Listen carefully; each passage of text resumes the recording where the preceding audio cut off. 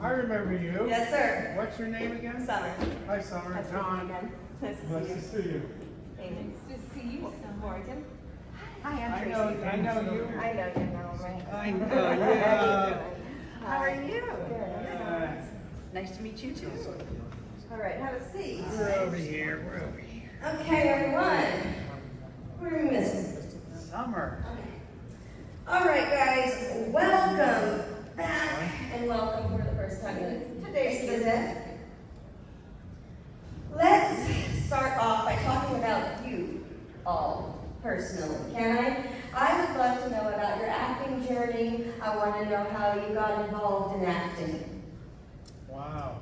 Well, you know, actually, I was at college, and my younger brothers were doing TV commercials, and I didn't like college.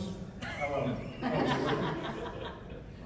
Anyway, I was at college, and my brothers were doing TV commercials, and I got sick of college, and so I quit after 2 years.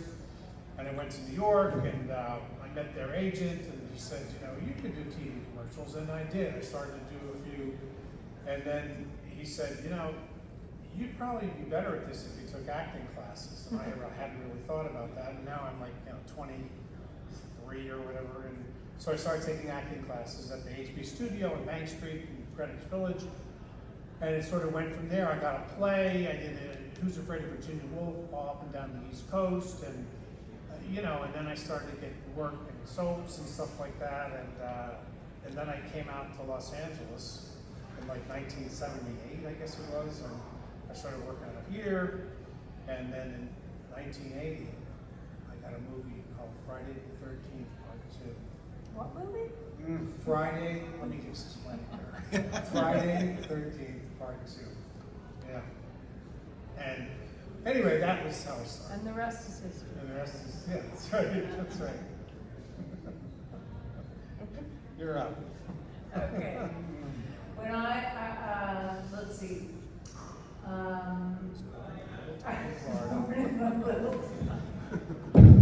Oops, sorry. Oh, We don't need to go back that far. I'm trying to decide how far to go back. Let's see. I was living in Florida, and a friend of mine was a model, and she said, "Amy, this modeling agency is coming to town, and I think you should go. You should meet them." I had makeup. I didn't know what to do. So anyway, I went to go meet these people. How old were you? How old? I was 17, 18, 19, somewhere around there. And then they said, yeah, we want you to come up to New York and, you know, just come meet us. So anyway, I went up to New York. I thought, oh, it's just going to be for a short little visit. I never left. So in that modeling agency, they had commercial agents. So I started doing commercials. Who's the modeling agency? Elite. Elite. I'll fill in the blanks. Yeah. Modeling. So I started doing commercials, and then that theatrical agent started sending me out for films and things like that, and then it just kind of kept snowballing from there. And so in 1980, so that was like 79. Yeah, so I was only there a little bit until I got Friday the 13th.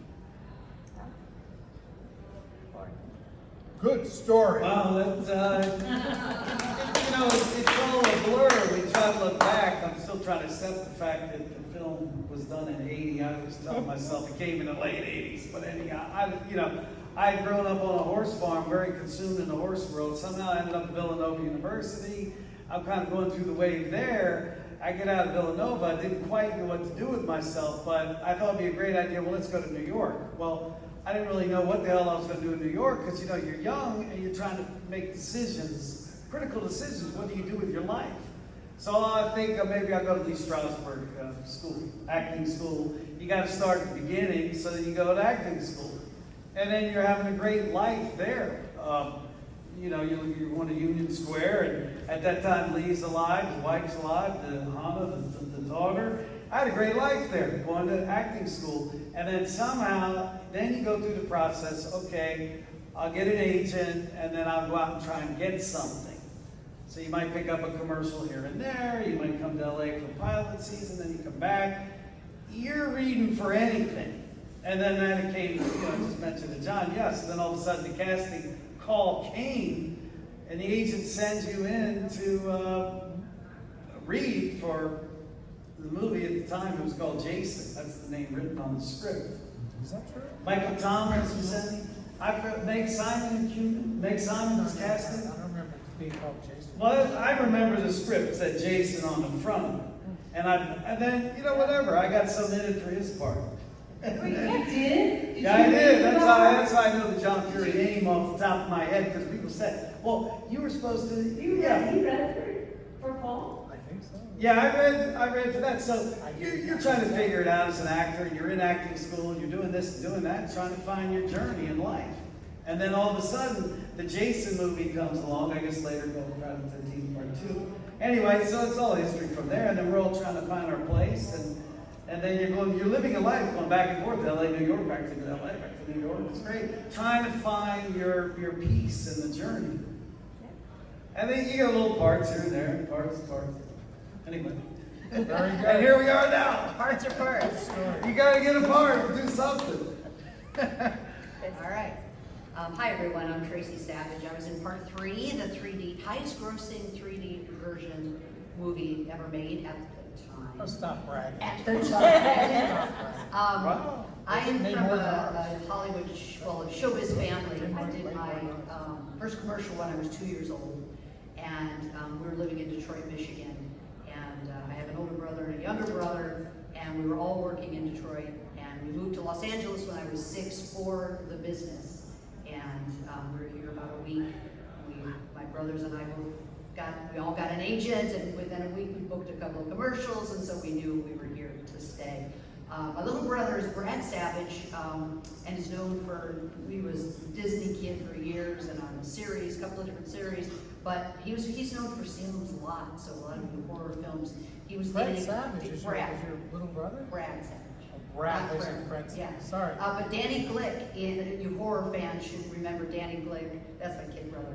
Anyway, I worked as a child actress. Happy Days, 8 is Enough, My Three Sons, Marcus Welby. Wow, you were in all those shows. What age were you? I worked from the time I was 6 until I was 18, 19. Wow. And I was on Little House on the Prairie for 2 years, semi-regular. Christy Kennedy was my character's name. And I was in college at UCLA, and I was done with the business. When I would go on interviews, I'd compete with Jodie Foster, Christy McNichol, Helen Hunt, and they were amazing actresses. And I was good, I could remember my lines, but I wasn't ever gonna be this brilliant actress, and I knew it, and I was gonna pursue something different. And so I was in college at UCLA. My mom opened up the Savage Agency, which became the #1 kids talent agency in Los Angeles, and it's still going strong today. Really? So she called me, and I was retired. I'm done. Tracie, they're casting for this movie. Mom, I'm in college. I'm not. Well, it might be kind of fun. It's shooting locally, and it's over the summer, so you can do it between semesters. And that was Friday the 13th, part 3. So I was retired. I came out of retirement to make the movie, and a few months after, I moved to Michigan because I was transferring to University of Michigan. And when the movie premiered, I saw it in a little tiny theater in Michigan.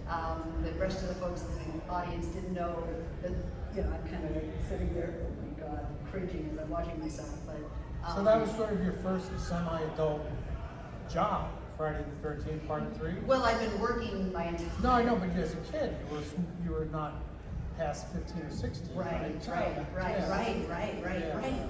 good point. Right. But I was done with the business, but I did that movie, and I went on to become a broadcast journalist for the next 30 years, worked for NBC here in Los Angeles. And for many, many years, I didn't really want to talk about my showbiz past because I wanted to be taken seriously as a news reporter. I kind of keep quiet about it, but I don't anymore. For the last 10 years, I've loved it. I'm a college professor now, and my students love to hear that Professor Savage was in Friday the 13th. Where are you teaching? At Pierce College in Woodland Hills. Oh, wow. Yeah. So anyway, that's my story. Wow. I'm done. I say she has the best story. Yeah, She has the best story. that's- The winner. Oh, She's a journalist. yeah. And what were some of the challenges of playing your respective roles? Getting naked in front of a bunch of people. Oh. That's it. Yeah. That I don't need to say anymore. You were. How'd it look? Does everything Well- look good? There was a shower scene.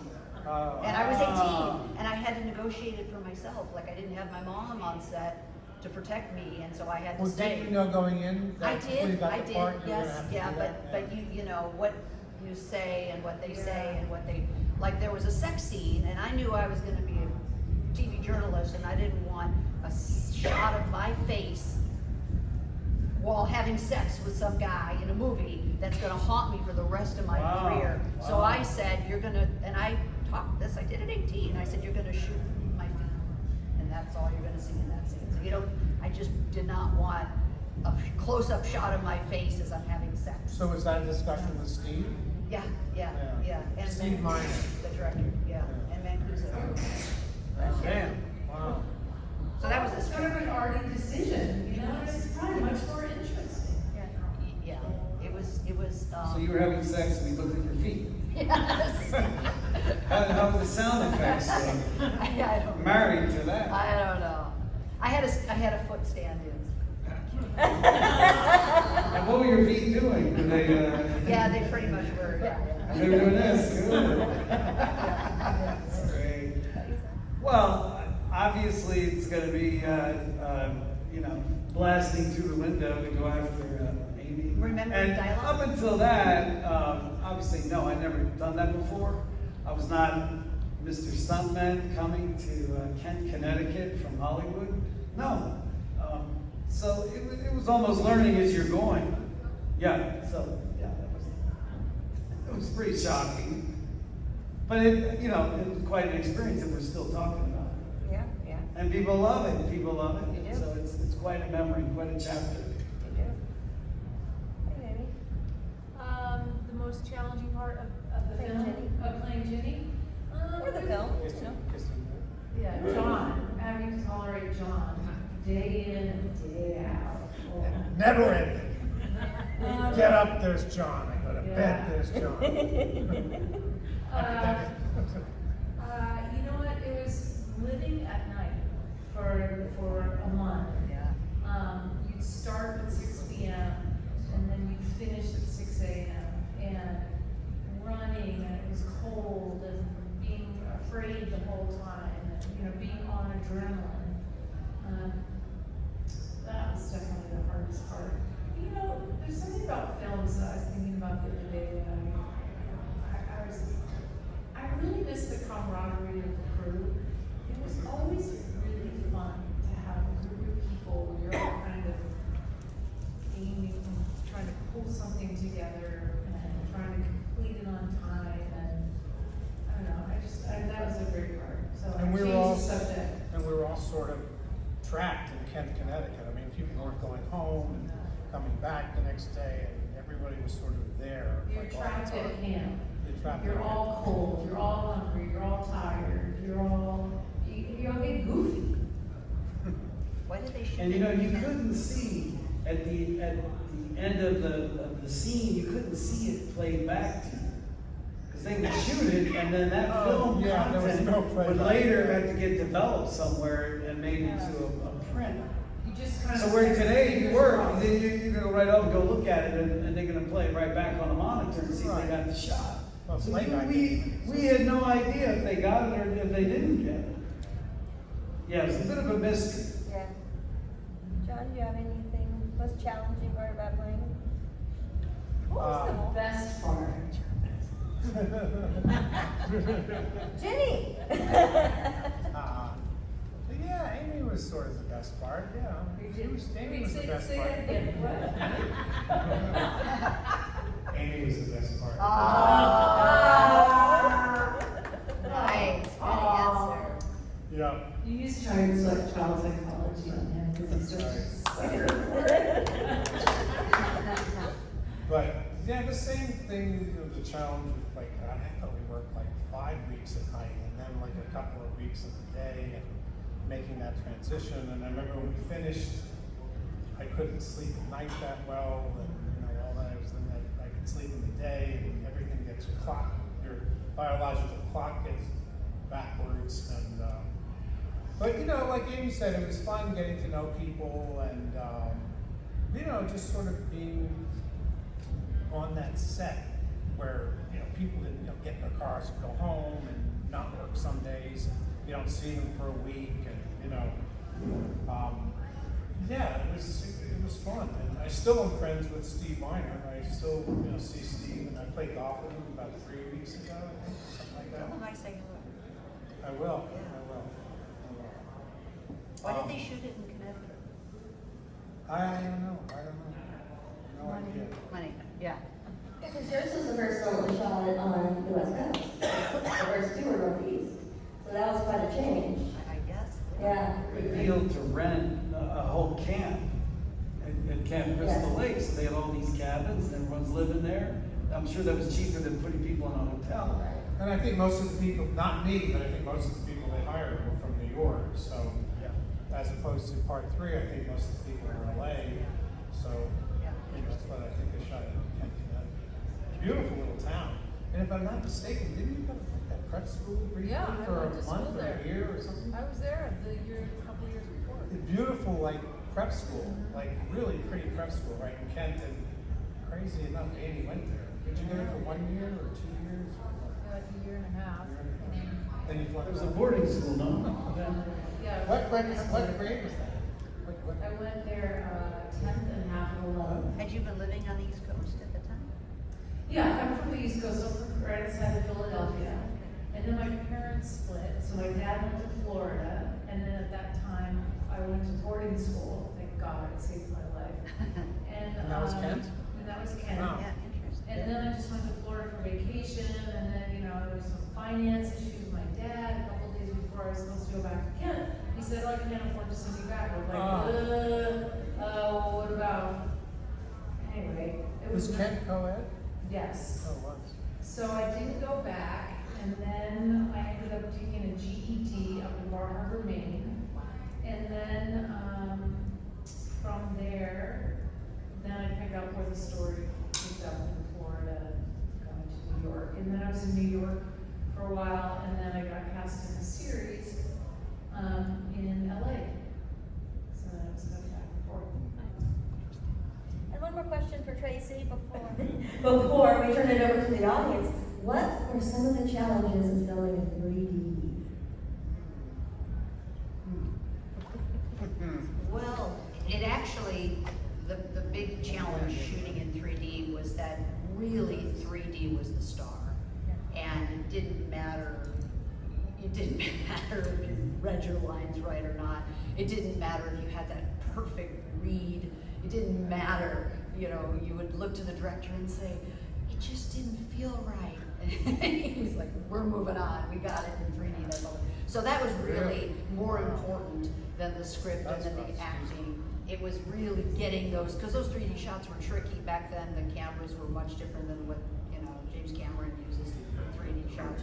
They were big clunky things, 2 cameras side by side, 2 lenses, and so really the lighting had to be perfect. Every shot angle had to be perfect. It was that was way more important than the actual what was going on in front of the camera. Yeah. So it wasn't a challenge for me because I could do anything. It was fine as long as the camera worked. As long as they expose film. That's good. Yeah. Focus on her feet. That was us too. I mean, not 3D part, but right. It's like if it worked, Just move on. technically, Yes. that's good. Yes, that's right. That's right. No, I remember nothing against Steve. I love Steve, but I always felt like I would get more feedback or something. And They were I'd go, kids. Because Steve, was that okay? And he'd go, yeah, it's fine. Steve and- Moving on. Steve I Miner wanted a and little more. Frank You, Mancuso. right? Same thing. Yeah, right? same. Good. That was Or good. the I just ran to the cabin. I fought Jason. How was that? Yeah, pretty good. Okay, Yeah. we're moving on. The But- producer and the director were kids. They were in their 20s. Who was? Frank Mancuso Jr. and Steve Oh. Miner. They'd show up in their little red Corvettes on the set, Mancuso Jr., get out, kind of walk, and they were kids. They were 25 years old. No, Steve wasn't 25. Not much I older than was that. 28 when I did Friday the 13th, and Steve was older than me, so. Okay, I feel like they No, were. I'm telling you. I believe you, but I feel like they were total kids. Well, yeah, he looked young, sure. Yeah, and Mancuso Jr. was really young. He was pretty young. And special effects comes from. Yeah. I've never seen him since. Carl Fullerton? No. Do we have any audience questions? Yes. When your subsequent movies came out in the 80s, I know horror wasn't really respected back then.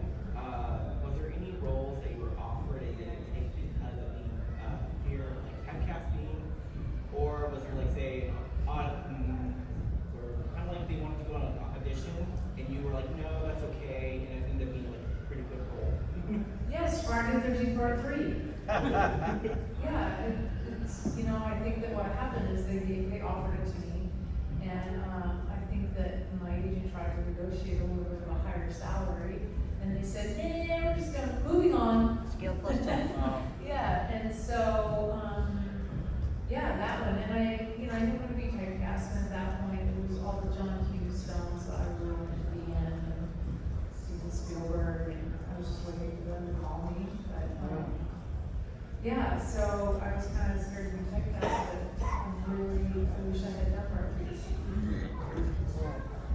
Yeah, well, I think that's true of maybe all of us, is that we didn't think, this was gonna be, it was a gig, it was a movie, and I was the lead, and Andy was the lead, it was exciting, but I didn't think like, this is gonna be an iconic movie or anything like that. I just thought like, oh, this is 7 weeks of getting paid, this is great, and here we are, all these years later, it's crazy. 2 years. Thanks to you guys, you guys are great fans, it's amazing, amazing.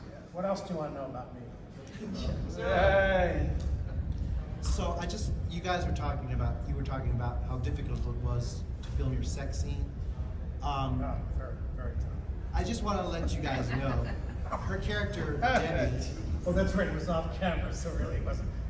her character Debbie and her boyfriend Andy, they were a committed couple. In fact, Debbie was pregnant. So it was actually, and it was done very well. It was done tastefully, and kudos to you for fighting for what you wanted. Close up on my toes. But Really? but the thing, the running Way joke before was Me that Too, right? the running joke was that the couple had to sleep in a hammock. So the whole thing was like comical and humorous. So and it came off that way. So it was done very well. Thanks. Yes. Did you guys have a crew gift for those two movies? A what? Crew gift, like at the end, like a sweatshirt or a crew jacket with the Oh. logo and all that stuff? I got a rain. No. I got a jacket, a red windbreaker that had Friday the 13th. We all got red windbreakers. I still have them. It was balled up in a drawer for 30 years. I don't remember getting anything, but I did take stuff from shoots all the time. Not from Friday the 13th. But I used to get suits and things like that. That's awesome. Have you guys Because been you could get collecting- them. A lot of times they would give them to you for free if they were nice, and other times they would go, well, I'm going to put them in storage or something. If you want to pay half price, you can get a suit or whatever. So I did that on many occasions. Have you guys been collecting some of the newer stuff that's been coming out from these movies? And there's some really cool stuff. You probably been signing it, but You mean memorabilia stuff stuff? memorabilia, like stuff that's just the posters and all the cool stuff that's been coming out in the last few years. You mean new There stuff? is that so isn't- much. Oh, I didn't know. There's, Yeah. I see really amazing things that come to the table, and I just thought, I get overwhelmed. It's like, where do I begin? I have one thing in my house that I love. It's that giant Turkish poster of Jimmy holding the pitchfork for I have that one thing framed in my house. We've all got the sideshow collectibles. When they first came out with that, it's endless stuff. The Peter Brocky book. He did a great job with that. I got the book. Oh, I- So many fans come and then they want the book signed. That was fantastic. That book's great. Yeah, and then now, I just can't believe the success of these Funko Pops. Unbelievable. What is that? What? Funkos? No idea what that is. What is that? That's those balls. Little tiny boxes, the Walgreens did a run, every Walgreens in the United States ran a whole Friday Oh, yeah, 13th. yeah. Rock stars, actors, Funkos. They're kids that are at the baggage claim when you fly into a city with all the Funkos. Oh, they're unbelievable. Yeah. So I still have my original script from 40 years ago. I have call sheets from on the set, and I have a map to the location. I had it in a binder. I've lived in the same house for 25 years, but I moved around a lot before then, college and beyond. And I put it in a binder, I put holes in it, and I stuck it in there, and it moved from house to house, and then it sat on a shelf for 25 years. Last year, I started going to some conventions because I didn't have time before, and I pulled it out, and I'm like, this is kind of cool. This is real. It has all my markings where I underlined my name, and I folded the pages of days that I wasn't working, and as I'm digging deeper, I found the call sheets that I'd saved, and I saved also, I was a journalist even then, I kept a handwritten one sheet that listed when I went on the first interview, bless you, and the callback, who the casting director was, who the special effects person was, when I went in for that, and how much I was paid, everything on a little handwritten thing that I saved that was tucked in there. And so when I pulled it out last year, it was kind of neat. It was going back all those years brought back a lot of memories, and so I've enjoyed actually having that and kind You of sell fun. it? I am selling it. I Yeah. have the same. I have the same script. I have it at my table. You have yours. Yes. Yeah. Brilliant. Do you guys get paid anything for being in part 3? 'Cause you guys Oh, are- yeah. A Sure. little small. Right. So you guys can also say like you're part 3 as well, since you're in it technically. I'm in like 4 of them. Like part 7, the final. I got a check like a week ago, and it was like 3 pages of stuff from Friday the 13th. Well, not 3 pages, but a lot. And it was like $90. It was like all these different usages. But I still, a bunch of them. And I never knew that either. Actually, a fan told me about that. Years ago, someone said to me, boy, they use you in part 3 and something in the final chapter, and because I never watched anything past part 3. But I said, really? And then cut to like 2 months later, I've called up the union and I'm getting a nice check from nice big fat check from Paramount. Good deal. Yeah, because nobody asked if they could use it. Nobody.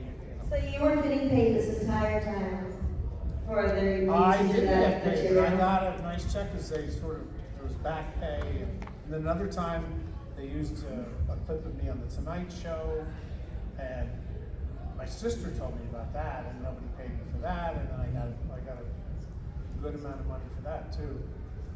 Yeah, so they weren't so forthcoming about using clips of people. Yes. Yes, I got 3.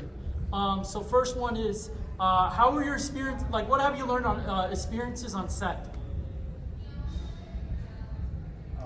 What do you mean? What do you? Like experiences that you had, like on a movie set. Like, what have you learned? Like life lessons that you learned on. Something important. Yes.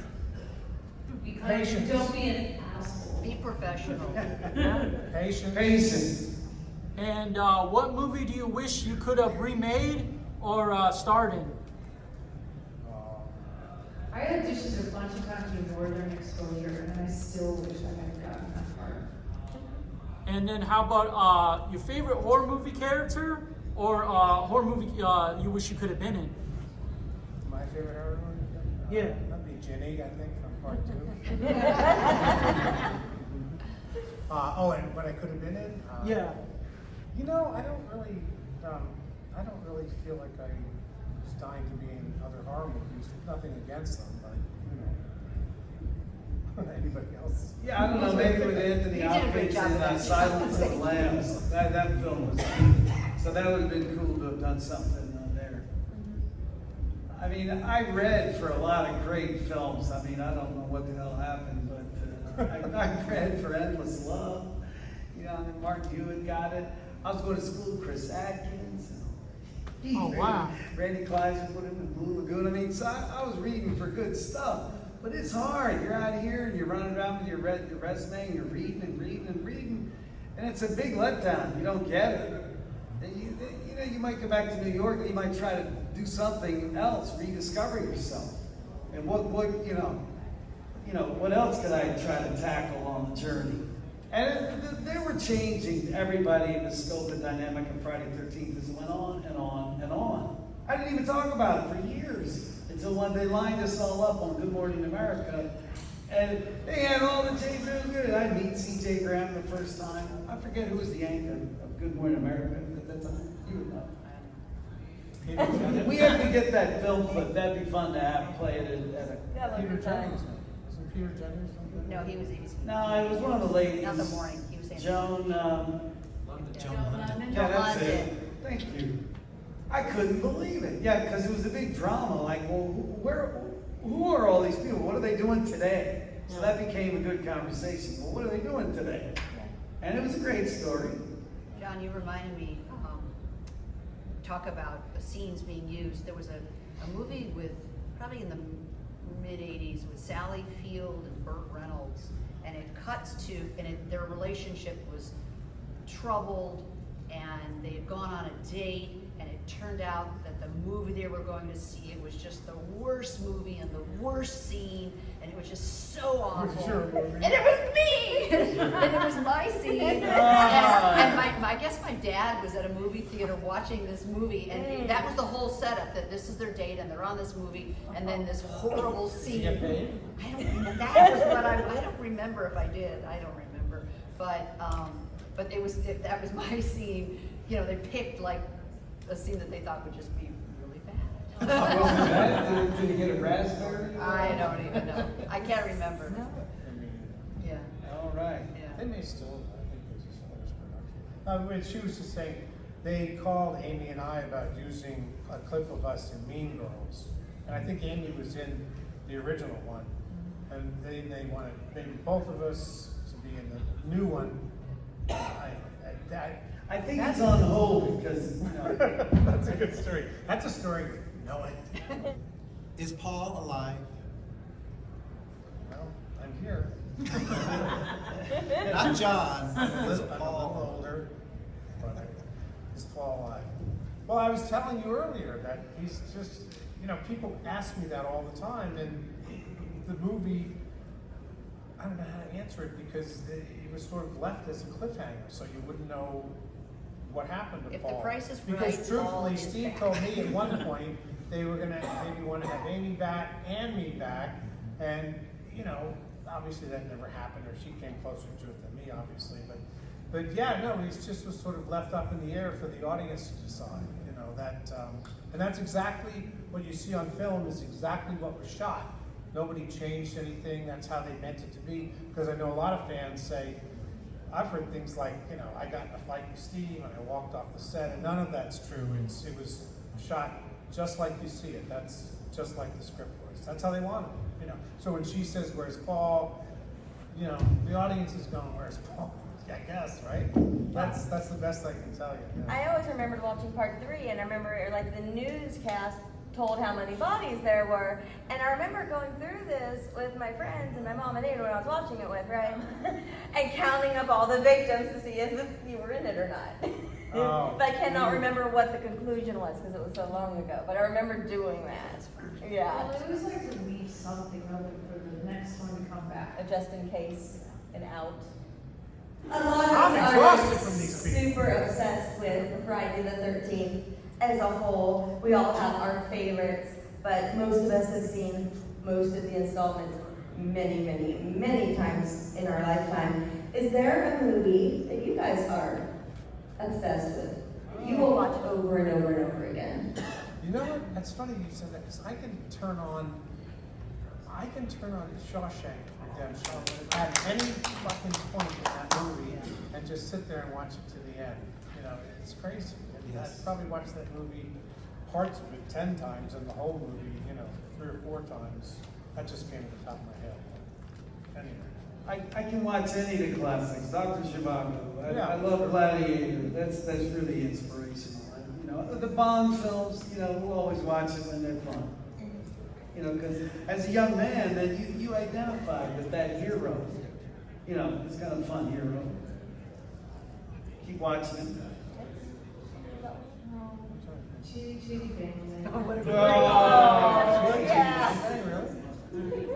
You know, I'm not a huge movie or TV watcher. I'm just not.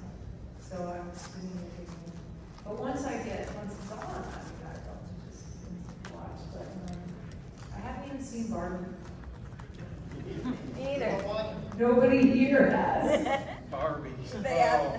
I was like, No, I haven't seen Barbie. But since you are in the industry, when you watch a movie, do you pick it apart? Oh my God, the lighting's terrible.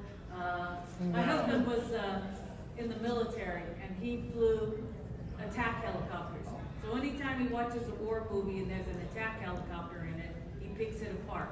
Do you guys do the same thing watching a movie? I don't know. I kind of try to be like you, just an audience member who knows nothing about anything. And sometimes I find it distracting when movies have like a lot of people that I know, like stars, like 6 or 7, or obviously they're going to have 1 or 2, to sell it or whatever, But that gets distracting too. But no, I don't try to pick them apart. Doesn't mean I like them, but I don't try to pick them apart when I'm watching them. No. You I mean, guys? I can get really distracted by really bad lighting, really bad acting, and really bad dialogue. Yeah. For sure, I can just be really judgmental and terrible. But I hope that when I don't get distracted and it's just kind of mesmerizing, that I love. I hate when they You got make. bad acting. Then you look at it and go, how the hell did they get that part? Sorry. No, it's okay. I don't want your feet to get excited. No. They're leaving. No, I was just saying, I can't stand movies that make the news reporters, like obnoxious and aggressive and unethical, and they sneak across the crime scene tape when they're not supposed to. That does, yes, there's a lot of jerks that are making a lot of money as reporters, but mostly that's so wrong and it never happens, and you don't sneak into a crime scene overnight, or it just doesn't, and that annoys me when they do that. Oh, I know another movie I can watch over and over again. This is crazy, but I love Ace Ventura. I can just watch that movie like anytime. Pick it up halfway. Great. And Tracy, on a similar thing to what my mom asked was, you were a reporter. Do you ever watch other reporters on the news and go, I could do that better? No, not at all. No. Not at all. And it's funny because I was really local news is what I did, but I don't watch local news at all anymore. I read about, I'm a news hound, so my knowledge of pop culture ended in the 80s when I became a news reporter, and all I watched was news and listened to news. My music ended in the 80s, so anything since then, I have no clue who they are because all I did was listen to the news radio, Are you getting a little bored listening about Donald Trump? oh God. Yeah. Because that's pretty much 90% of the I news know. right now. Well, that's why I don't watch You local. watch The View? No, Oh. I don't watch local news at all, and it's all my friends, but I'm not interested. I like to attack The View. Jason goes to The View. God, where do you start? On the left side or the right side? All right, I have one more round of question before we let you guys go. I would love to know who inspires you, either personally or professionally. Oh, wow. Well, my wife inspires me. Oh, She's, good, yes. She's been an actress for a long time, and she did it before I did, and she did it earlier, and she's really good, and, she inspires me. She was on General Hospital, and she's out there. She's got a lot of credits, but, yeah. 30-some years, right? You two been together? We've been together for, 32 years, and we met on a TV series so called Bay City Blues, about a Botchko series about minor league baseball players. Shot in the Valley, they built a stadium and everything. Remember that show? That was a good show. It was a good show.